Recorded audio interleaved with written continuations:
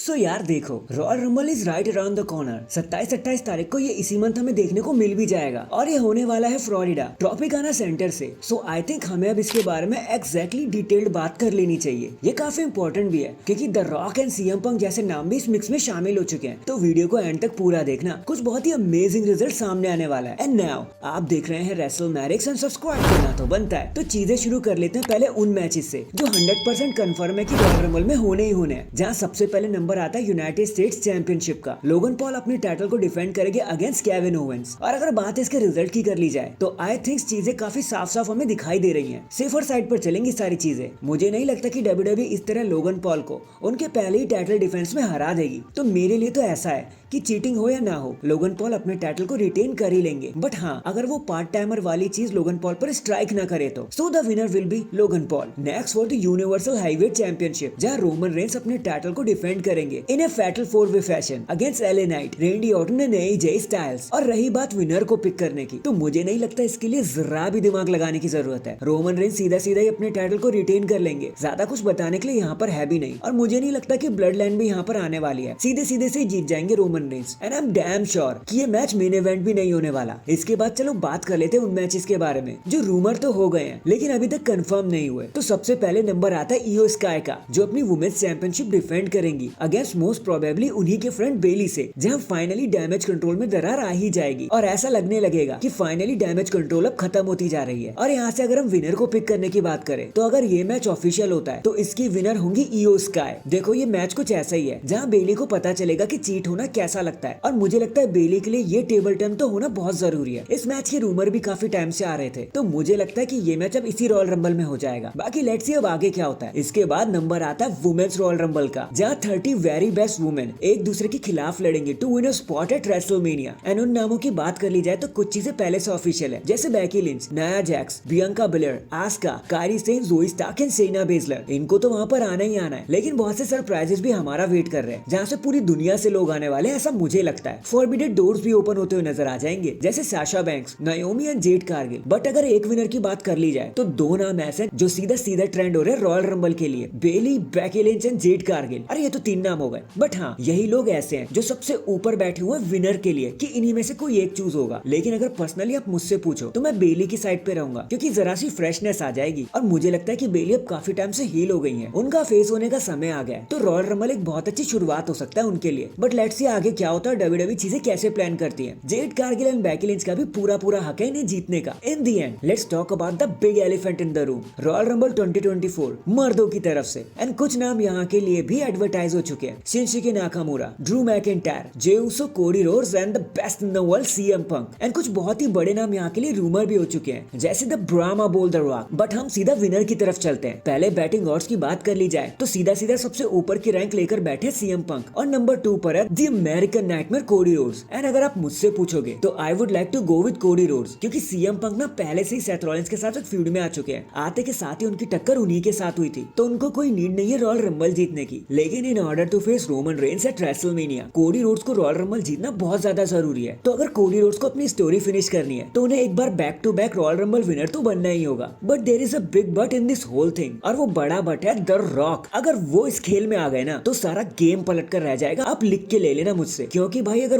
Royal rumble में उतर गए तो mark my words, royal rumble कोई और जीत ही नहीं सकता। So that is it guys, आज के लिए तो बस इतना ही। आप मुझे बताना आपके हिसाब से कौन विनर बन सकता है और किसका सबसे ज्यादा चांस बन रहा है रॉयल रंबल जीतने का, कमेंट करके मुझे बताना। एंड चैनल पर नया है तो चैनल को जल्दी से लाइक एंड सब्सक्राइब कर दो। बाकी मैं मिलता हूँ आपसे किसी और अपडेट के साथ, तब तक के लिए अपना ख्याल रखें और खुश रहें।